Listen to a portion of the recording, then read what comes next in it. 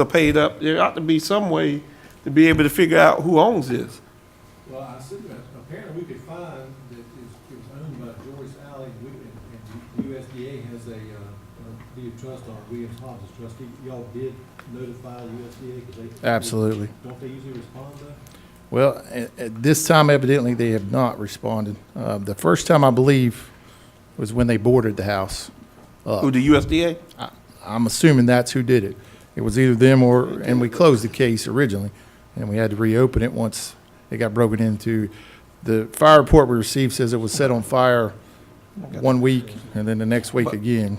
Again, I go back to, you did a title search and somebody's paying the taxes or paid the taxes. We're showing that we know who the owners are. So- I'm not sure what the. Did we send certified mail to wherever that was?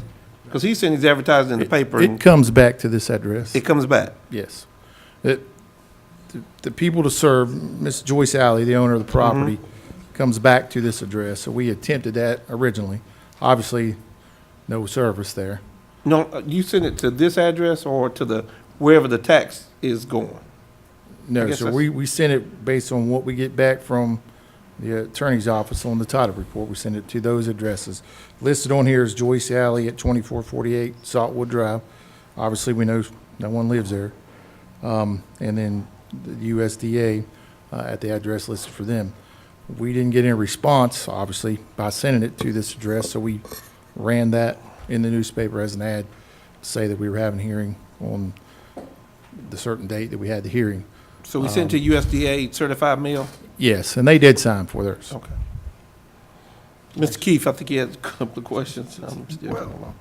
You know, Mr. Chair, to follow up a little bit, some just don't smell right. And that's, And a couple reasons. First of all, there's 2 fires in there, so a cynic may say that somebody's got insurance on the place, and maybe. But it looks like in a nice neighborhood, a nice house, it has a value. It says it's going to take $93,000 to bring it back up, but you're only valuing it right now at $1,500. So, 1,100. thanks. You made my point better, Scott. Even worse. Well, and again, that was the tax office that what the tax- went The back tax out there office put- to So- reevaluate. So somebody's paying taxes on it, less than a car, but, Right. and evidently Mr. must be paying the deed of trust because it hadn't been foreclosed on by the Mr. Attorney, there's USDA. got to be some other way of getting money back. It almost seems like somebody tried to collect insurance money on it, and Could I suggest that we just defer this on for at least 30, because I really think it should be followed with USDA. USDA, have you ever known another case where USA did not respond? I mean, I haven't. I mean, I guess it's possible, but they have a deed of trust on this property, and it's probably a substantial deed of trust with where that property looks from, what it used to look like. So I would, let's at least maybe make another effort to follow up with USDA. and I can appreciate the neighborhood. Okay, nobody wants this type of house in their neighborhood, so yes, we should fast track it. But I would think that the USDA, as the mortgage holder, could also, would want this property off their books too. Yeah, but a lot of times when we have a mortgage holder, they will take necessary steps to at least stabilize it, and USDA usually just doesn't. I mean, I've never known them to just abandon Yeah. something. That's what it looks like. And Scott, please don't take anything on this as we don't think you did a good job. It's Yeah. just this just doesn't. Doesn't seems like- smell this. Yeah. And again, this is the second time we've had a case on this. Originally, like I said, the first case, and I'm assuming it was the USDA that sent somebody out there and boarded it up, and so stopped people from going in there. We closed that case out. That was back in 2016. And then we had the fire, which was right around the first of the year. And reading the fire report, they responded twice within a week's time to 2 different fires. I guess the first fire was very small. So people are going in there, and it's unsecured as of last week when I went out there. So, I don't understand why somebody would just walk away from property, but we have that happen quite a bit, unfortunately. And again, I don't understand why they're paying taxes on something that, Booth. Commissioner Booth. Yeah, my concern is, one, we need to, maintain the safety of the neighborhood. But 2, I don't want some soldier coming back and finding his house leveled because he didn't get a certified letter while he was deployed for 18 months. Did we get service on the person the first time? Or is that also? No, sir, that's the reason we ran it in the newspaper as an ad, an But advertisement. The first time The was first time, action no, I on? believe the first time, the only service that we got was, I can look back at it, was on the USDA. Okay. You can call the Department of Insurance, probably. If there's a Yeah. deed of trust. I think my main there's concern is insurance. what Chairman Adams said, is someone's paying taxes on the lot or something, they're not, they haven't just walked away from it because the tax lien will take care of it. We'd be getting it a different way. Right. I go to Commissioner Fairclough. Mr. Chairman, I'm prepared to make a motion, but I want to ask the parties of interest here, how much time do we need to track this thing down? Rick, what do you recommend? We can contact USDA within a couple of weeks, so that would, it's obvious that somebody's doing something about this property if someone notified the tax office of the fires and had the value drop to $1,100. Or so someone is attending this, and I don't really understand why USDA didn't respond. I'd like to, Second meeting in September? yes, sir, I think Can it y'all would look, be fine. Yes, sir. Madam Clerk, can look and see what the second meeting in September, what date that is? Bear with me one moment, please. What's The 18th? 18th? Yes. The Okay. 18th. Yes. Mr. Chairman, at this 18th. time, I move that we adopt the order and report of the minimum housing inspector as the true facts in this case, that we delay a decision on this case until September the 18th in order to give the owner or party of interest time to investigate the matters relating to ownership and deed of trust matters. It's been moved and second. Any other discussion? All those in favor? Unanimous. Thank you. Thank you. Thank you, Mr. Walters. We go to other public hearings, a public hearing on proposed financing. Madam Manager. Yes, sir. Mr. Chairman, I'd like to ask our Finance Director, Mrs. Evans, to come forward, please, and present this item. Good evening, Mr. Chairman and Commissioners. Good evening. Tonight, we're requesting that the public hearing be held in accordance with General Statute 159-151 on the financing of capital improvement projects totaling $11,220,000. In preparation, the findings resolution was approved at the last board meeting. The application was submitted to the Local Government Commission. The notification for the public hearing was published in the Fayetteville Observer, and request for proposals was sent out to multiple banks. PNC offered the most advantageous business terms. The 3-year variable rate has an estimated interest rate over the project life ranging between 1.2 and 1.9%. In addition to the public hearing, approval is requested of the resolution, which authorizes the county manager, county attorney, finance director to execute the documents necessary to finalize the installment financing transaction. The documents include the deed of trust and the installment financing contract. Both of those were included in your agenda packet. There were 2 typing errors. One had an error in the date, and the other had the spelling out of the dollar amount was incorrect. Those are on a sheet at your place to show the document correction. The LGC will consider this financing at their meeting being held on September 12th. The closing is scheduled to occur on September 20th. And I can answer, or I can address any Well, questions you may have. Let Yes, me, sir. I was going to do the public hearing first and then come back to that. So I will open the public hearing. Madam Clerk, are there any speakers? There are no speakers. Then I will close the public hearing and call on Commissioner Booth. Just briefly, and thank you, Ms. Cannon, for giving me the update. It had in there at one point the projected, I think it was 10 million in that section 14, future advances. The 11.2 is part of improvements to the crown, the new scoreboard, the graphics, and the chiller system. Those items were added to the capital improvement plan Okay. most recently. Yeah, they're looking very forward to that. They said that the new stuff, and meaning this stuff is old, the new stuff, you could probably stand there and eat ice cream. And the chilling effect is enough that you could stand and eat ice cream on the floor there, that it's going to work so well for the ice hockey and everything. Any other questions? If not, I will entertain a motion. Second. It's been moved and seconded. All those in favor? Unanimous. Thank you. I call on the county manager. Yes, sir. Our next item is a public hearing on the Edward Byrne Memorial Justice Grant. This evening, we have from the Sheriff's Office, Mrs. Blauser.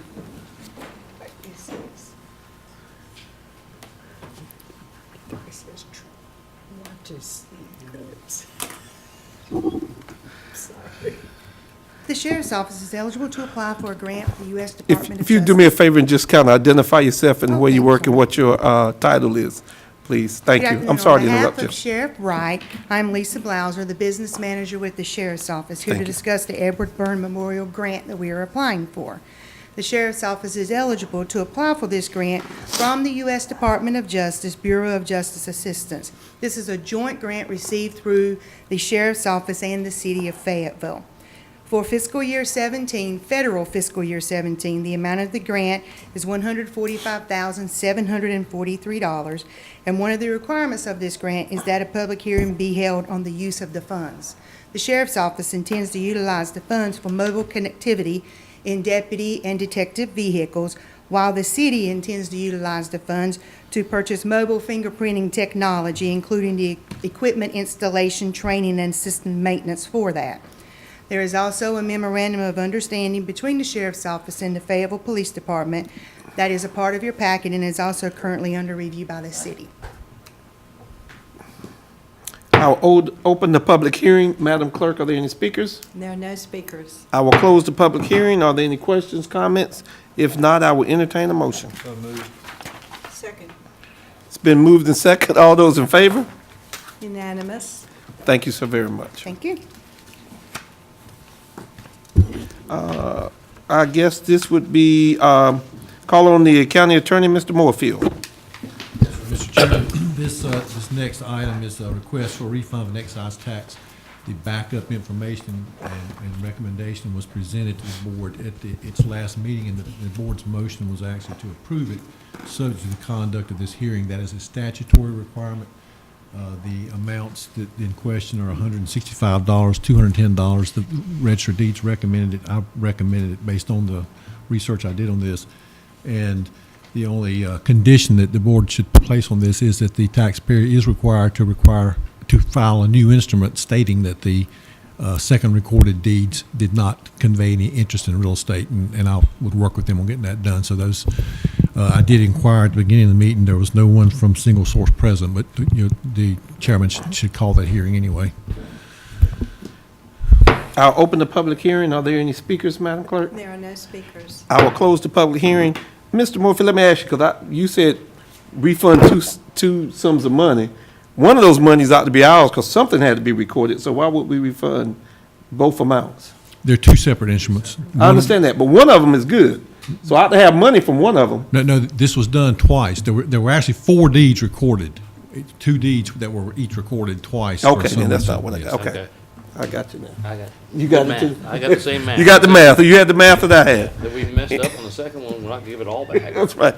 Anybody got any other questions? If not, I'll call for a motion. Commissioner I move Council. that we approve the requested refund upon the taxpayer filing of, that's wrong. That's right. You got it right. That's right, okay. Upon the taxpayer filing an instrument for each twice recorded deed stating that the second deed did not convey any interest in real property because the property had been conveyed by the grantor to the grantee by the first recorded deed. Is there a second? I'll second that well-articulated motion. I'm gonna Commissioner repeat- Fairclough. I have discussion. Am I missing something? Are we supposed to have a hearing on this, or? I did a public hearing. There was no one present, Mr. I opened it and I closed did it. miss, I did miss. Yes, sir. That's quite all right. You better be quick down here with the chairman. But thank you, always follow up with me. Okay, all right. All those in favor? Unanimous. All right. Nominations to boards and commissions, we got the Fayetteville Cumberland County Parks and Rec Advisory Commission. I think there were reappointments. I'd call for nominations.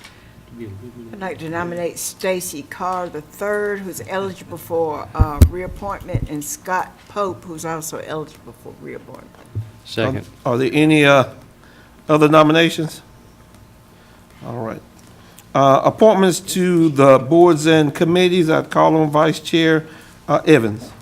Thank you, Mr. Chair. There are an equal number of vacancies as nominees, and I move to appoint Robert Van Guons, to the Cumberland County Workforce Development, and Suzanne King to the Transportation Advisory Board in their respective positions. Second. Second.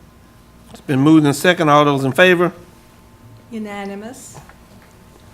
All right. At this point, I will recess the Cumberland County Board of Commissioners meeting, and I will convene the Norcrest Water and Sewer District Governing Board meeting.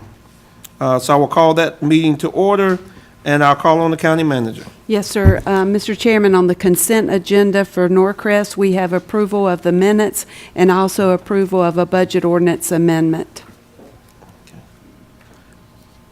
Any questions or discussions for the manager? If not, I will entertain a motion. Second. Second. It's been moved and second. All those in favor? Unanimous. I will adjourn the meeting of the Norcross Water and Sewer District Governing Board meeting, and I will reconvene the Board of Commissioners meeting. And before I entertain a motion to go into closed session, I will call upon Ms. Ashley Davis, who is our Youth Council representative, to come to the podium. She's from Massey Hill Classical. She's been here with us all night, and we, at the end, give them an opportunity to, give her an opportunity to speak and tell us how well she liked this meeting. Hi, thank you guys so much for allowing me the opportunity to come. And it was just very interesting to come here and see the actual system of how it all works. It's always nice to see local government in action, especially in my own community.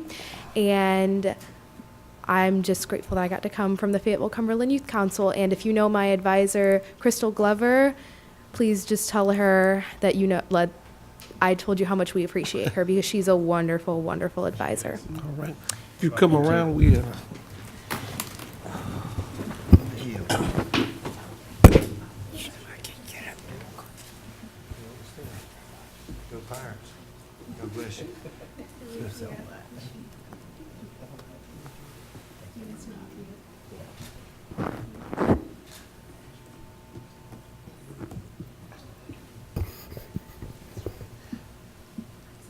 Sally, come around. Let her come in. She's the only one here tonight, so come right here. Ashley, we're gonna take a picture. Y'all move in a little bit. Y'all know that.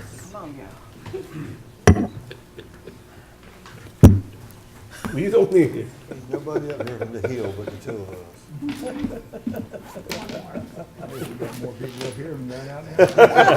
Whoa, won't even go there. Thank you, Ashley. Okay, Attorney Boots, make that motion. All right, we take entertain a motion to go into closed session. Mr. Chairman, I move pursuant to NCGS 143-318-11A4 to go into closed session to discuss economic development matters, and further to go into closed session pursuant to NCGS 143-318-11A6 to discuss personnel. Second. It's been moved and second for us to go into closed session pursuant to those statutes. All those in favor? Unanimous. All righty. From now on. We'll go into closed session. Why you running? I'm allergic to the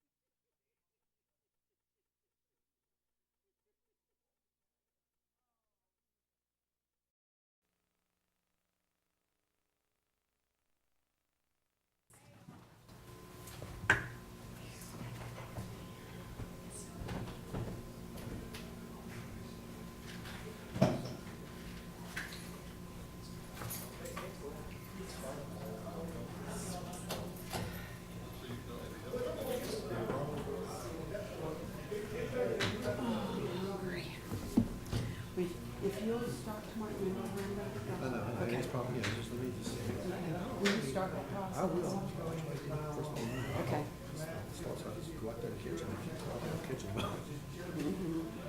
He might be out there tomorrow, so after tonight.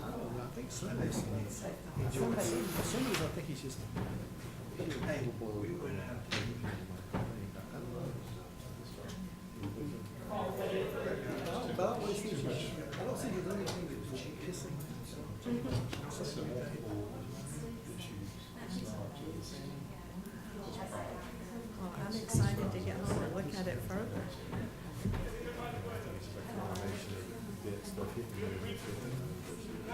Yeah, I think it is. I think he's really struggling. Everybody was out there. Where'd Jeffrey get to? I needed Jeffrey. Jeffrey, go home. I can't believe Jeffrey left. You got, Jeffrey, hit the road. he's on a mission. 1, 2, 3, I need one more.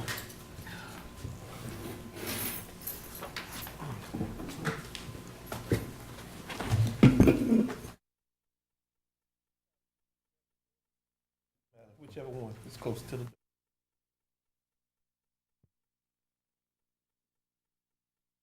If I can get a motion to come out of closed session, Move. all those in favor? Unanimous. Motion to adjourn? We are adjourned. We can. Yes. And Steve.